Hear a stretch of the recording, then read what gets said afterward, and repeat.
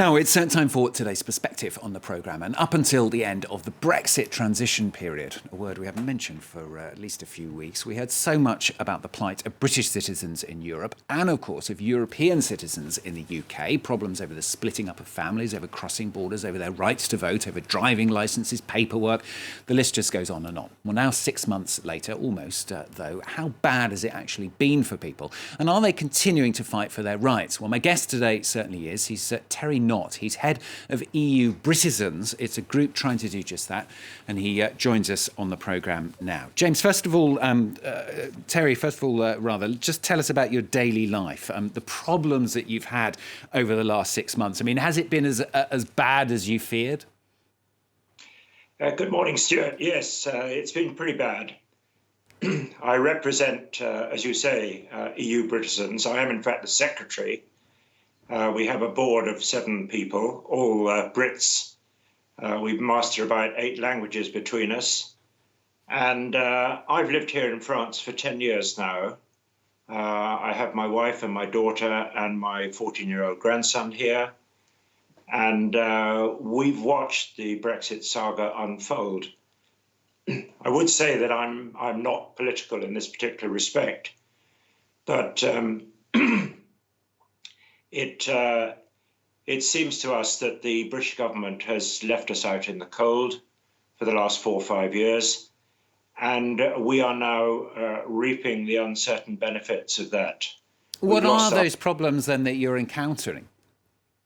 We've lost our freedom of movement. If I want to go over the border into Italy for a holiday for a day, I have to show my passport. We've lost the rights to study and to research. Professional qualifications are no longer recognised. We've got people now stuck at home because they cannot drive. Their British driving licence has expired, and the British government has done nothing to help sort that out. So people are literally having to ask others to collect their shopping for them because they can't legally drive. We've done a survey recently of about 500 people, and the saga of woe and despondency is literally heartbreaking.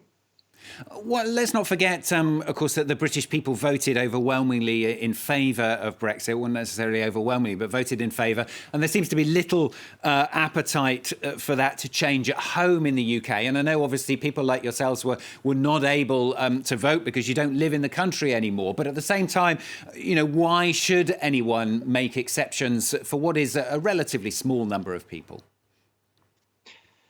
Well, first of all, I would contest the overwhelming majority for Brexit. It's about 2%.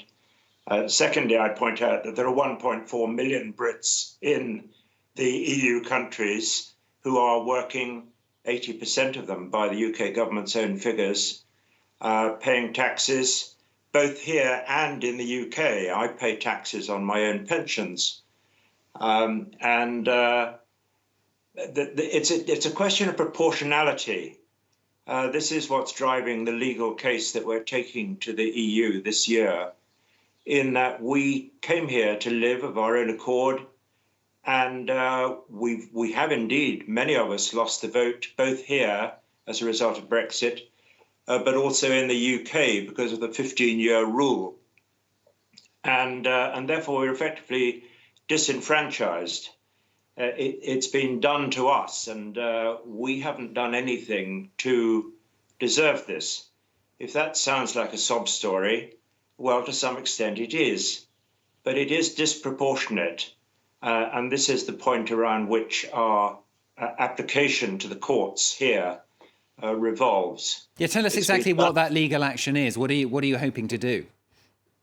What we're hoping to do is to win back European citizenship. This doesn't mean getting another passport, but it does mean being recognised as citizens in our various resident countries. And how can you actually achieve that, do you think? Well, the case is now going to court. We have a legal team who are working pro bono. They happen to be French, but they could have been any of the other nations. And we're looking to base it on people who are properly resident in the various 27 countries, who probably have a carte de séjour or an equivalent resident card. And we're looking for that recognition. We live in the countries, we've given our time and indeed our taxes to these respective countries. And we think that at the moment, we're cut off from both our own country and from the countries that we live in. And we think that that is illegal and unfair. And it's like the start of a process for you, isn't it? I mean, why did you decide, first of all, to tackle the voting issue? And how do you hope to take that forward further, assuming you win the case? Well, we founded this association. It's a legal association, EU Britizens. It happens to be founded under French law, but we've now established in the last couple of months our own bank account, our own crowdfunding. We're setting up a website at the moment. We are very active on Facebook and Twitter. In 2 short months, we've attracted 2,000 followers on Facebook and another 600 on Twitter, and it's mounting every day. The court case we're hoping will come in sometime around July, August. And at the moment, they are going through the process, which is normal in the EU, of referring the case to all the participant countries to get their opinion on whether they're happy for it to go through or not. And assuming we win, and we've been assured that we do have a very good choice, a very good chance of winning, the next step would be to take it to the European Parliament and actually implement that in law. And you're hoping as well that it won't just be about voting this as well, aren't you?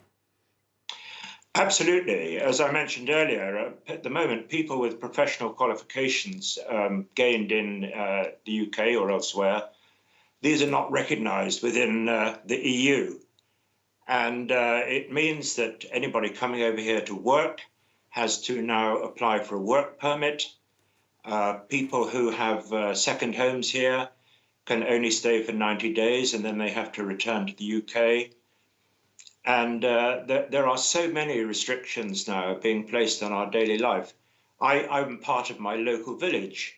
I used to work very closely with the French mayor, and indeed I used to vote for him. But I'm now completely cut off from that. I'm treated as an alien. Good to hear some of the problems that you're experiencing, Terry, and good luck with your court case as well. Terry, not there, of EU Britizens, joining us there from the south of France to tell us about their campaign.